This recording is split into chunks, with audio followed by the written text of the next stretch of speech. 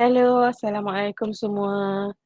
Hari ini kita akan masuk topik 6 iaitu obligasi terhadap klien dan pihak ketiga. Okay, sebelum kita mula, saya nak kita tengok dulu apa objektif modul hari ini. Hari ini kita ada 4 objektif. Objektif yang pertama adalah mengenal pasti hubungan profesional dan klien. Lepas tu kita akan bincangkan obligasi pihak ketiga. Kita akan bincangkan juga obligasi klien dan juga orang lain. Dan last sekali kita akan tengok obligasi golongan profesional untuk bersikap amanah. Okey, kita masuk pengenalan. Apabila kita sebut mengenai hubungan antara golongan profesional dan klien, perkara yang kita akan tekankan adalah perkhidmatan kepakaran profesional kepada kliennya. So, bila kita sebut contohnya golongan profesional adalah contoh kamu. Kita tengah bincangkan kamu punya hubungan bersama klien kamu. Jadi dia kata dekat sini, perkara yang akan kita tekankan adalah perkhidmatan kepakaran yang kamu beri kepada klien kamu. So, tujuan ada hubungan antara kamu dan juga klien kamu adalah perkhidmatan kamu.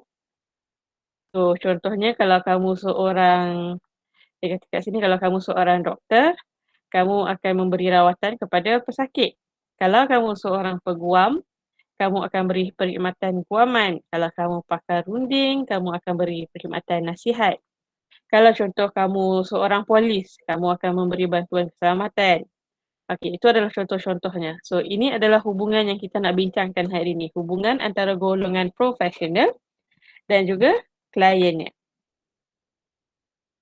Ada 3 model dalam hubungan profesional dan klien yang wujud sekarang yang kita akan bincangkan hari ini. Model yang pertama adalah model agensi. Yang kedua, model kontrak dan yang ketiga adalah model persahabatan. So, kita akan kaji ketiga-tiga model ni hari ini. Okey, model yang pertama adalah model agensi. So, kalau kamu tengok dekat gambar yang saya sediakan dekat sini, dalam gambar ni, klien di atas dan golongan profesional di bawah. Kenapa? Kerana dalam model agensi ini ditekankan autoriti dan tanggungjawab dalam membuat sebarang keputusan lebih berfokus kepada klien.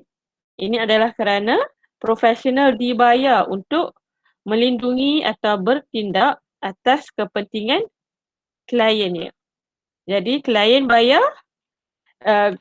akan bayar golongan profesional, jadi golongan profesional kena ikut apa yang klien cakap. So, ini adalah model agensi. Namun, model ni ada kelemahan dia kerana bila kamu bagi kebebasan dan autoriti kepada klien, kemungkinan untuk klien menyalahguna perkhidmatan kamu wujud. Jadi disebabkan itu, penumpuan profesional terhadap kepentingan klien ni ada batasan dia. Okey, batasan yang pertama adalah obligasi terhadap pihak ketiga atau orang lain menghadkan kemungkinan bertindak dengan sesuka hati. So, maksudnya pihak ketiga ni dia merujuk kepada contohnya undang-undang. Dia boleh juga melibatkan contoh masyarakat. Okey. Sebagai seorang profesional, golongan profesional, kamu ada obligasi kepada pihak-pihak ketiga ni. Contohnya undang-undang dan masyarakat. So, ini akan menghadkan tindakan kamu. So, kamu tak boleh bertindak sesuka hati untuk mengikut kehendak klien. So, contohnya macam kita tahu sekarang ada kilang, kes kilang yang mencemarkan sungai kan. So, kilang ni dia ada obligasi pada alam sekitar dan masyarakat. Jadi bila kamu ada obligasi macam ni, so tindakan kamu akan lebih terhad dan kamu tak boleh bertindak sesuka hati.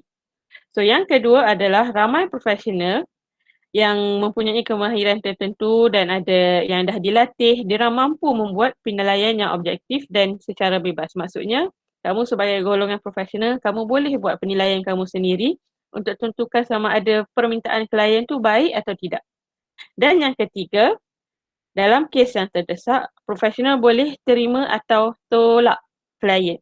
So, kalau klien tu tidak baik atau kamu rasa klien tu ada niat jahat, dia cenderung ke arah jenayah, kamu boleh tolak.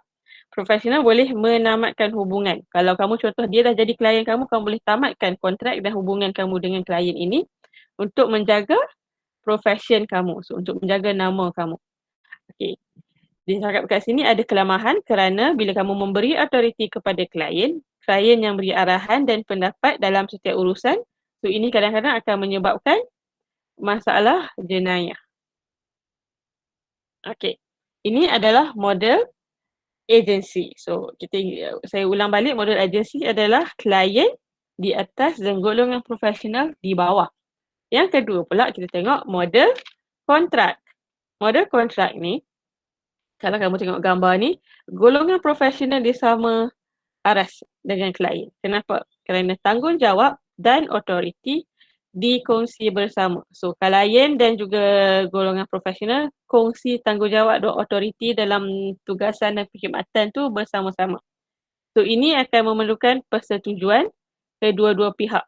Walaupun ada perbezaan kuasa tawar-menawar. Maksudnya kat sini adalah walaupun klien masih lagi orang pihak yang membayar, tapi kedua-duanya mempunyai persetujuan dalam sesuatu tindakan atau perkhidmatan yang diorang buat.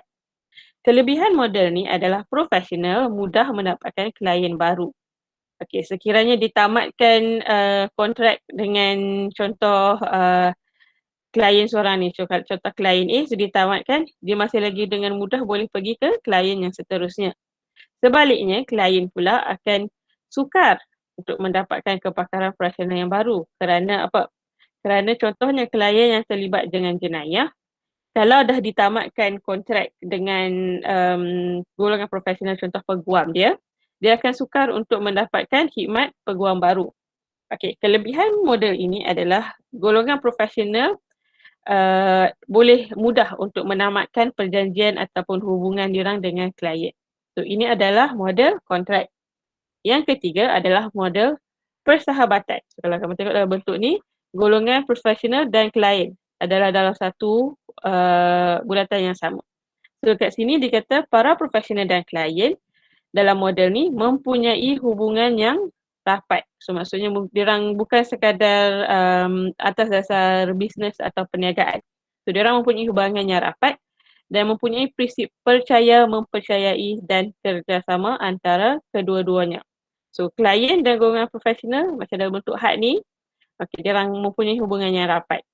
So, dalam hubungan ni, mereka kedua-duanya akan memelihara kepentingan masing-masing. So, maksudnya golongan profesional ni, dia akan memelihara kepentingan klien. So, dia tahu klien memerlukan perkhidmatan dia.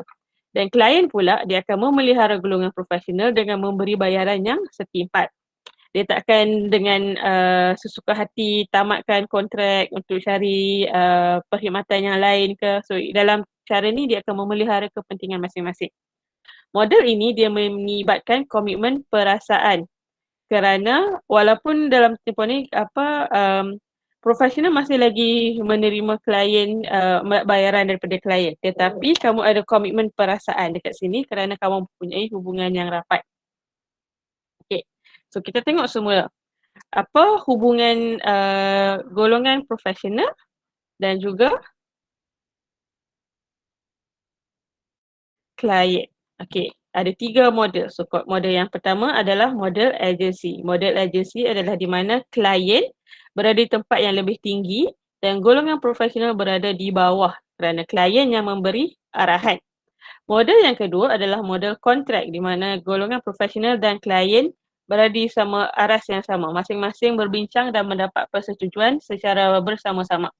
Dan model yang ketiga adalah model persahabatan. Model persahabatan ni adalah bila kamu sebagai golongan profesional menjaga kepentingan klien dan klien menjaga kepentingan kamu kerana kedua-dua mempunyai hubungan yang rapat. Okey. So, bila kamu mula bekerja nanti, kamu menjadi golongan profesional sendiri, kamu pun boleh pilih kamu nak model yang mana dalam kamu punya hubungan bersama klien kamu. Sama ada kamu nak model yang mementingkan klien atau kamu nak model yang sama rata antara kamu dan klien atau kamu nak mempunyai hubungan yang rapat dengan klien kamu. Okay, seterusnya kita akan membincangkan mengenai obligasi pihak ketiga. So, macam saya cakap tadi, pihak ketiga ni merujuk kepada siapa? So, pihak ketiga boleh merujuk kepada contohnya undang-undang. Juga boleh merujuk kepada masyarakat. Okey, dalam keadaan tertentu, konflik obligasi boleh berlaku. So, pihak ketiga ni adalah orang yang selain daripada klien. So, dia bukan klien kamu dan bukan kamu. Okey, berdasarkan model agensi, dia kata hubungan profesional dan klien seorang profesional tak ada obligasi terhadap pihak ketiga kecuali hal-hal yang ditentukan oleh undang-undang. Dan obligasi pihak ketiga perlu dilihat sebagai peranan profesion secara menyeluruh dalam kalangan masyarakat. So, kamu sebagai seorang profesional, apa kamu punya peranan dan tanggungjawab kamu dalam masyarakat. Dan obligasi ini perlu dilakukan dengan selari dengan nilai-nilai masyarakat yang diamalkan. So, contoh macam saya cakap tadi, kalau kilang. Kita ada nilai kena menjaga alam sekitar kan. Okay, so jadi kamu sebagai seorang profesional, bila kamu buat sebarang keputusan, contohnya kamu punya klien minta kamu buat sesuatu yang merosakkan alam sekitar. Kamu kena ingat walaupun kamu ada obligasi terhadap klien kamu, kamu juga ada obligasi terhadap alam sekitar. So kamu mesti jaga. Okey, seterusnya kita bincang mengenai obligasi klien dan juga orang lain. So obligasi antara klien kamu dan juga orang lain. So isu obligasi terhadap pihak ketiga ni, isu yang mengimbangi obligasi terhadap klien dan orang lain. Prinsip utama, obligasi kepada klien perlu diutamakan. Asalkan tidak melanggar peraturan undang-undang macam yang saya cakap tadi. Kalau contoh yang kes saya kata kat sini, hilang kan? So kamu nak buat sesuatu, kamu nak dengar cakap klien kamu, tapi pada masa yang sama kamu juga ada tanggungjawab terhadap alam sekitar. So bila kamu buat sesuatu tindakan, kamu kena fikir sama ada tindakan tu ada implikasi undang-undang atau tidak. So ini adalah contoh persoalan dia. Contoh soalan yang pertama, haruskah dari segi undang-undang seorang jurutera melaporkan sekiranya ada satu produk yang kurang selamat reka bentuknya? So ini kita akan bincangkan esok.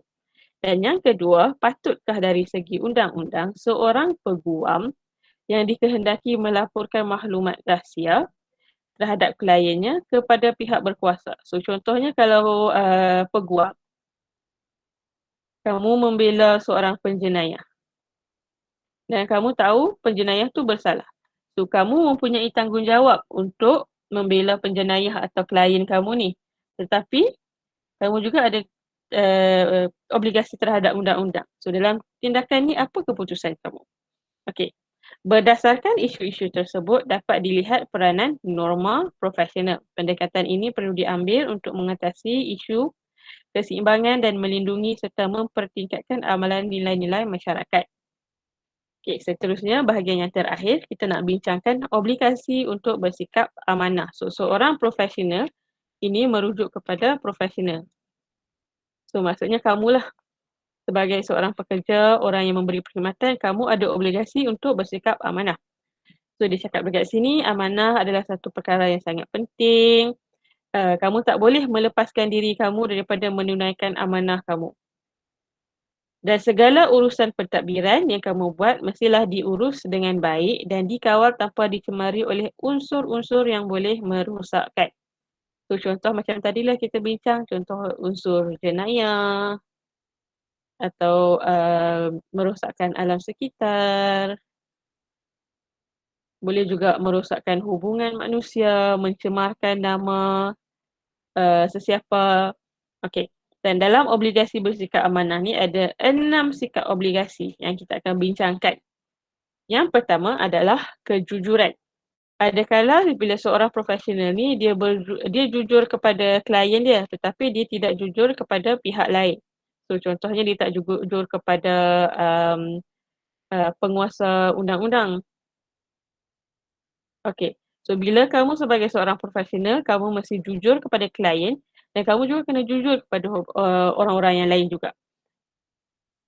Okey, lepas tu yang kedua kita bincangkan adalah kesetiaan. Sebagai seorang profesional, kamu mesti setia kepada kamu punya klien sebab klien mengharapkan profesional yang boleh menjaga kepentingan mereka. Tetapi kamu punya kesetiaan ni maksudnya tidaklah maksudnya kesetiaan melulu. Kamu tak boleh setia kalau kamu punya klien ni terlibat dengan jenayah atau ada niat yang jahat, so kamu janganlah setia.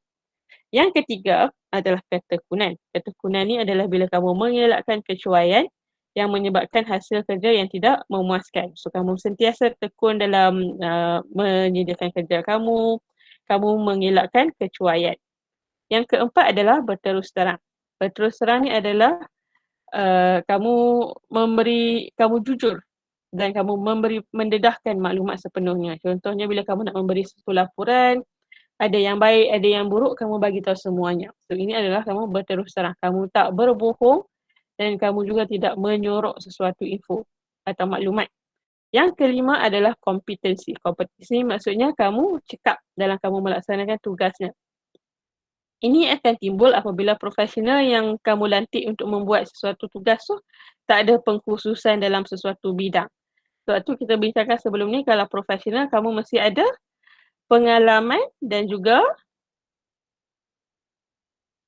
sijil.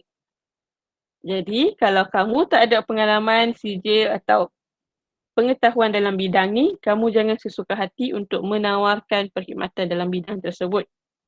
Dan yang terakhir adalah menyimpan rahsia. So sebagai seorang profesional, kamu akan ada banyak fakta dan maklumat mengenai klien kamu. Jadi kamu mesti simpan. Ini adalah keistimewaan yang dilindungi oleh undang-undang. So maklumat-maklumat yang kamu pegang daripada klien, ini dilindungi oleh undang-undang. Kamu tak boleh dedahkan secara sesuka hati tanpa ada persetujuan klien kamu. Okey, sampai sini saja kelas kita hari ini. Nanti saya akan post latihan untuk kamu jawab. Kalau ada sebarang soalan, kamu boleh tanya saya. Esok kita akan bincangkan soalan yang kita cakap tadi. Sampai di sini sahaja. Terima kasih semua. Assalamualaikum.